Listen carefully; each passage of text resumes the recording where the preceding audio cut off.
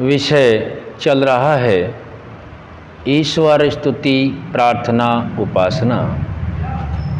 इस विषय में हमने आर्य समाज का जो दूसरा नियम, उसमें ईश्वर के गुण कर्म स्वभावों को कुछ हद तक जाना है।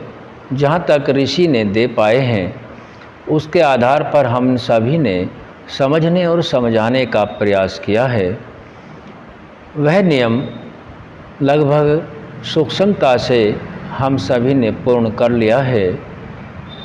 आज का विषय रखा जाएगा महर्षि दयानंद सरस्वती जी ने ईश्वर के गुण कर्म स्वभाव को जानने के लिए ही क्यों प्रयास अधिक किया है। इस विषय पर थोड़ा सा समझने और समझाने का प्रयास किया जाता है।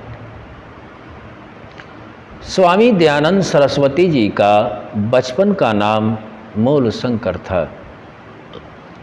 यह मूल नक्षत्र में पैदा हुए थे, इसलिए इनका नाम मूल शंकर रखा गया। इनके परिवार में शिव भक्त रहे हैं, जिसकी शिक्षा इनको भी दी गई, मूल शंकर को भी दी गई। मूल शंकर की अधिक विषय में सभी जानते हैं, लेकिन मूल विषय में हम विषय पर चर्चा रखेंगे। मूल शंकर को चिंता हुई ईश्वर के विषय में, क्योंकि ईश्वर को जिस तरीके से मूल शंकर को पढ़ाया गया कि ईश्वर रक्षा करते हैं, संपूर्ण सृष्टि को रचते हैं और सभी के किए कर्मों का न्याय करते हैं।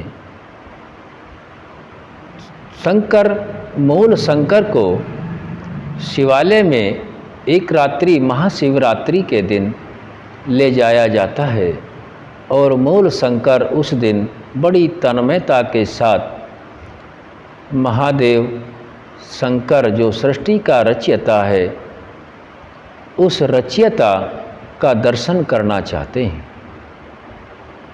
जिज्ञासा बहुत तीव्र थी और बाल्यावस्था थी। सभी भक्तगण अपना गाना बजाना करने के उपरांत रात्रि में सो गए, लेकिन मूल शंकर नहीं सोते हैं। मूल शंकर रात्रि में देखते हैं कि जिस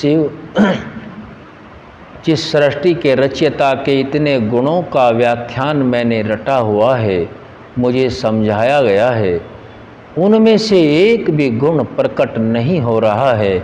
क्योंकि जिस आराध्य की हम पूजा अर्चना कर रहे हैं, जिससे हमने बहुत बड़ी आकांक्षाएं लगा रखी हैं और जिससे बहुत सारी कामनाएं हमने की हुई हैं, वह तो स्वयं की रक्षा भी नहीं कर पा रहा।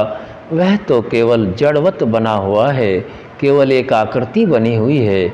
और सृष्टि के जितने उस समय के जो जीव वहाँ आए, उन जीवों ने उस आकृति के ऊपर जो नैवेद्य आदि रखा हुआ था, उसको भी दूषित कर दिया है। बड़ी श्रद्धा से वह भोग लगाया गया था, लेकिन जब वह दूषित होता देखा और मूल शंकर ने अपने अंतःकरण में झांका, तो उनके अंदर जिज्ञासा प्रकट हुई कि क्या यही वो सच्चे शिव हो सकते हैं जो सृष्टि को रचते हैं, सबके लिए दुष्टों का संहार करते हैं और सभी के लिए न्याय व्यवस्था करते हैं। तो ये स्वयं अपनी रक्षा इन उद्दंड उंदरों से, चूहों से क्यों नहीं कर पा रहे हैं, जो इनके सानिध्य में, इनके पास में बड़ी श्रद्धा से नैवेद्य आदि रखा हुआ है, उसको दूषित कर दिया और मलमूत्र भी त्याग उसी के ऊपर कर दिया है। यह कैसा शिव है? मन में यह जिज्ञासा घर कर गई कि यह सच्चा शिव नहीं हो सकता है। सच्चे शिव की खोज में मूल शंकर ने अपना जीवन लगा दिया। अनेक गुरुओं के पास गए, मठ न्याय जितने भी मिले सभी के पास गए, घर छोड़ा, संपूर्ण वैराग्य उत्पन्न हुआ, ज्ञान प्राप्त किया और ज्ञान के आधार पर जहाँ भी पूछते थे यही कहते थे कि मैं सच्चे शिव की खोज में निकला हूँ। यदि हमें सच्चे शिव के बारे में जानना है, सच्चे शिव से अपनी कृपा का पात्र बनना है, तो ऋषि दयानंद जिन्होंने अपना संपूर्ण जीवन आहुत कर दिया सच्चे शिव की खोज में, अन्य कोई व्यक्ति ऐसा अभी तक हम सब ने नहीं जाना है जिसने इतनी घोर तपस्या, कठिन तप, त्याग, संयम और विदेशी दासता के रहने के बाद भी सच्चे शिव का दर्शन कराया हो। और जो अन्य मत मतांतरों के ग्रंथ भ्रमजाल में मनुष्य को फंसाने के लिए आज भी मिलते हैं, उन सभी का उन्होंने इस बात से खंडन कर दिया कि इनमें सत्यता कहाँ है, दिखाओ। सत्यता को ईश्वर की वाणी वेद में है जिसमें कोई इतिहास नहीं है। क्योंकि जब सृष्टि का रचयिता इतना सामर्थ्य रखता है, सृष्टि को विज्ञान पूर्वक रच देता है, तो वह ज्ञान देने का भी सामर्थ्य अपने ही विज्ञान के अनुसार रखता है, मनुष्य की विधि के अनुसार नहीं कि मनुष्य जैसा सोचे वैसा ईश्वर हो। ईश्वर तो जैसा है वैसा है ही।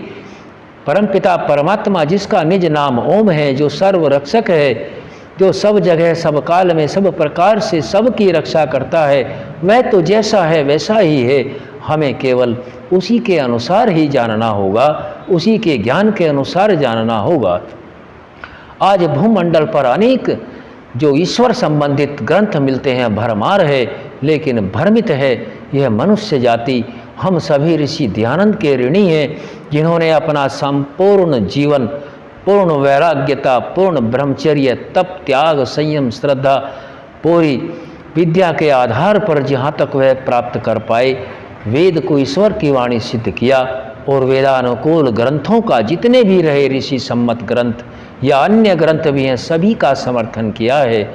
ऐसे हमारे महर्षि दयानंद सरस्वती जी रहे जिन्होंने सार्वभौमिक कल्याण के लिए वेद को सिद्ध किया कि वेद ही ईश्वर की वाणी है, वेद के अनुसार ही आत्मा अपना कल्याण कर सकता है। मनुष्यकृत ग्रंथ में बहुत से भ्रामक तथ्य पाए जाते हैं जिनसे उन्नति में बहुत रुकावटें पैदा होती हैं और एक प्रश्न का उत्तर मिलता है तो अन्य प्रश्न उलझ कर रह जाते हैं।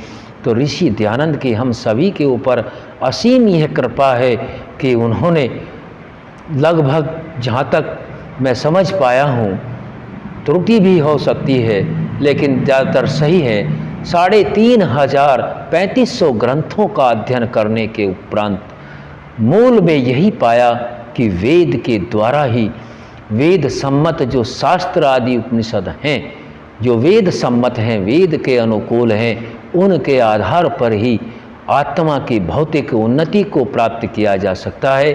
और आध्यात्मिक उन्नति तो प्राप्त किया ही जा सकता है, लेकिन भौतिक उन्नतियों को प्राप्त करने में बहुत सहायक है, स्थायी है। ऋषि दयानंद के हम सभी के ऊपर अनेक ऋण हैं।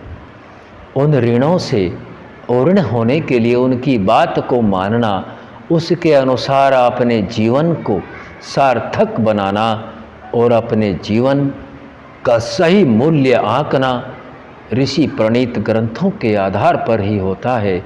उन्होंने एक पुस्तक, बहुत छोटी सी पुस्तक दी है जिसमें उन्होंने इस विषय को, कुछ शब्दों को चुन चुन कर रखा है। इस विषय को लिया जाएगा जिसका नाम है आर्योद्देश्य रत्नमाला। इस रत्नमाला को हम शीघ्र ही शुरू करने वाले हैं। जो शब्द दिए हैं उन शब्दों को जान करके हम सब अपनी उन्नति को प्राप्त होवें, ऐसी ऋषि की मान्यता है। ऋषि प्राणी मात्र के कल्याण की बात करते हैं।